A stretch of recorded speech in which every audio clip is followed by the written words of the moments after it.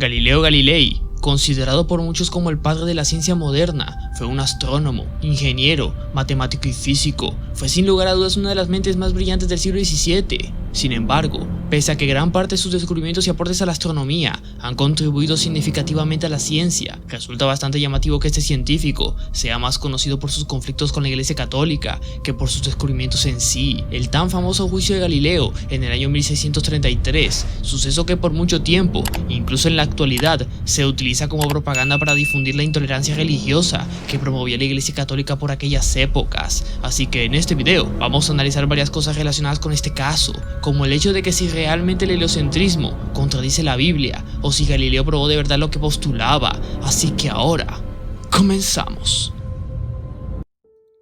Para empezar, todo comienza en 1609, cuando Galileo Galilei inventa una nueva versión del telescopio, perfeccionando la versión que ya se contaba en esa época, el telescopio de Hans Lippershey. Este telescopio habría permitido ver las estrellas visibles a simple vista, pero el que había perfeccionado Galileo no deforma los objetos y los aumenta 6 veces, o sea, el doble que su oponente. Con este telescopio observa la Luna, dándose cuenta que posee cráteres. Descubre 4 lunas de Júpiter, conocidas como las Galileanas. También descubre los anillos de Saturno, las fases de Venus y las manchas del Sol. Fueron estos descubrimientos y las observaciones lo que llevó a Galileo a respaldar la teoría heliocéntrica de Nicolás Copérnico, que había establecido pocos años antes en su obra Revolution Orbitus Celestium, publicada en 1543. Como dato curioso, la teoría heliocéntrica no es originalmente de Galileo ni de Copérnico, sino de Aristarco de Samos, un filósofo y matemático griego del siglo III a.C. Pero, ¿por qué el heliocentrismo generó tanto ruido para la gente de la época? Resulta que la cosmovisión que se tenía en esa época era la de Aristóteles, que dictaba que la Tierra era el centro del universo y que el Sol, la Luna y todos los astros giraban alrededor de ella, y eran esferas perfectas e inmutables.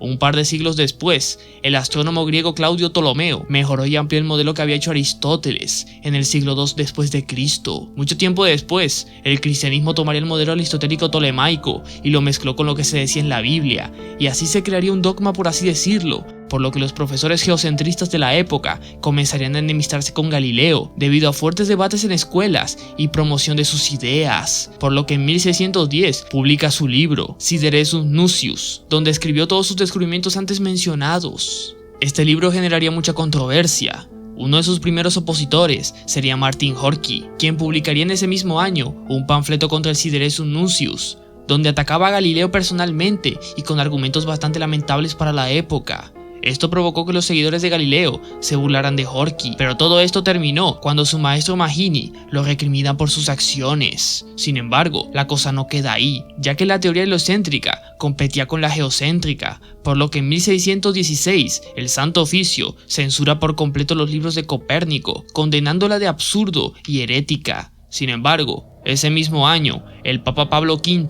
pone orden en el asunto y ordena que los libros que tratan el heliocentrismo se expongan como una hipótesis y no como un hecho comprobado. Y a Galileo le ordenó que no tocara el tema, pues estaba haciendo mucho ruido en el ámbito académico de la época. 6 años más tarde, muere el Papa antes mencionado, por lo que le sucede el cardenal Maffeo Barberini, bajo el nombre de Urbano VIII, quien era una especie de fan de Galileo, debido a que lo recibió 6 veces en el Vaticano. Se intercambiaron cartas constantemente y le escribió un poema titulado Adulatio Perniciosa. Esta admiración es la que causa que Galileo vuelva a hablar del heliocentrismo, escribiendo su obra Diálogos, donde presenta un debate entre 3 compañeros: Salviati, un defensor del sistema copernicano; Simplicio, quien aboga por el sistema de Ptolomeo y Aristóteles; y Sagredo, un neófito inteligente que representa la visión neutral de quien busca la verdad sin aferrarse a dogma alguno, pero que normalmente en la obra se suele inclinar más por lo contado por Salviati. También presentaría un argumento nuevo a favor del heliocentrismo, exponiendo que las mareas solo serían posibles en el mundo heliocéntrico,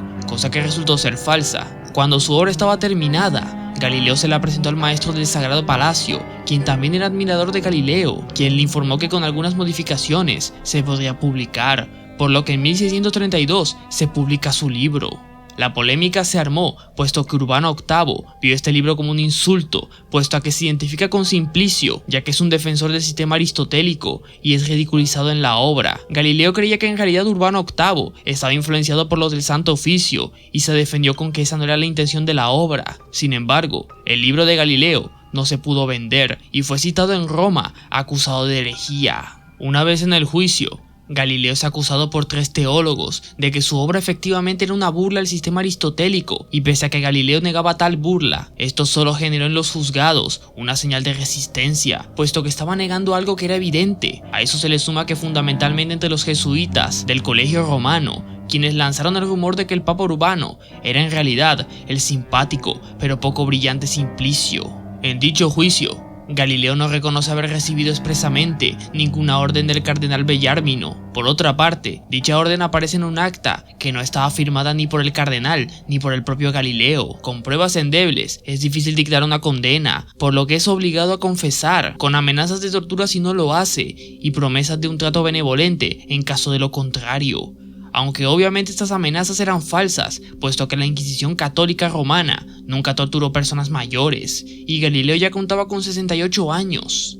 Galileo acepta confesar, lo que lleva a cabo en una comparencia ante el tribunal. Una vez obtenida la confesión, se produce la condena. Su libro es prohibido y condenado a prisión de por vida. Supuestamente aquí pronuncia su famosa frase, y sin embargo se mueve, aunque la mayoría de académicos actuales sostienen que nunca pronunció dicha frase, debido a que le traería más mal que bien.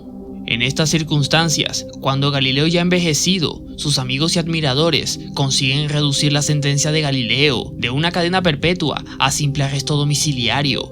Así Galileo pasó sus últimos 9 años en su casa escribiendo su última obra, Discursos sobre 2 nuevas ciencias. En él se establecían los fundamentos de la mecánica, en tanto que ciencia, y marca así el fin de la física aristotélica. Intenta también fijar las bases de las resistencias de los materiales, con menos éxito. Termina este libro justo antes de perder la vista en el ojo derecho, el 4 de julio de 1637. Es así como una de las mayores mentes científicas de la humanidad muere en 1642, con 77 años de edad.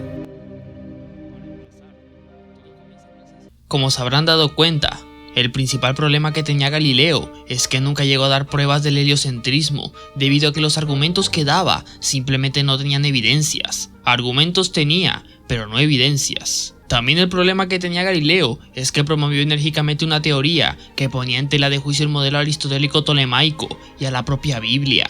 Por lo que tengo que decir que la Iglesia Católica no es necesariamente la mala del cuento, en este caso en particular. Obviamente tras la muerte de Galileo, se crearía toda una historia de superstición y oscurantismo que promovía la Ilustración, como Francisco de Goya, un famoso pintor español, quien retrató a Galileo Galilei siendo torturado, y así como él, hubieron muchísimas personas que creyeron que Galileo pronunció su famosa frase, que fue torturado y quemado en la hoguera, tal y como le había pasado a Giordano Bruno, quien también defendió el modelo copernicano y fue quemado en la hoguera en 1600. Toda esta propaganda ha sido utilizada más que nada para manchar la reputación que tenía la Iglesia Católica por parte de los protestantes, y actualmente se utiliza para difundir el mensaje de que la religión y la ciencia está en constante conflicto. Sin embargo, para Galileo el problema no era la Biblia, ya que reinterpretaba los textos bíblicos para que se acomodaran a su cosmovisión. Quien realmente fue el que probó empíricamente lo que afirmaba Copérnico y Galileo fue Johannes Kepler, con sus descubrimientos sobre el movimiento de los planetas en su órbita alrededor del Sol. Este científico también era seguidor de Nicolás Copérnico. Pese a todo esto, a finales del siglo XX, la Iglesia Católica investiga el caso de Galileo y al final piden perdón y han restablecido la memoria de Giordano Bruno, poniendo una estatua en Roma. Ahora, con esto no estoy diciendo que la religión y la ciencia nunca se pelean. Si bien en el caso de Galileo, la Iglesia fue bastante más tolerante, sí se tienen casos auténticos donde la religión ha mostrado una clara intolerancia hacia la ciencia. Si quieren ejemplos, están John Thomas Cobbs, quien fue un profesor que fue juzgado en 1925 por violar la ley de Butler de Tennessee, que prohibía la enseñanza de la evolución humana en las escuelas de Tennessee. Fue declarado culpable y multado con $100. Dicha ley no fue abolida hasta 1967. También está el caso de Hipaso de Metaponto, un matemático y filósofo presocrático del siglo VI a.C., quien fue asesinado por los pitagóricos tras haber probado la existencia de los números irracionales, cosa que iba en contra de las creencias pitagóricas. También está el caso de Miguel Servet, fue un teólogo y científico español, quien murió en 1553, quemado en la hoguera por los protestantes calvinos por haber criticado la Trinidad y el bautismo. También está el caso de Lucilio Vanini, un pensador italiano que defendía que el universo se rige por leyes naturales y negaba la creación y la inmortalidad del alma, y limitaba a Dios a una especie de fuerza conductora. Esto le valió condena por blasfemia, se le cortó la lengua, fue estrangulado y finalmente quemado en la hoguera en 1619.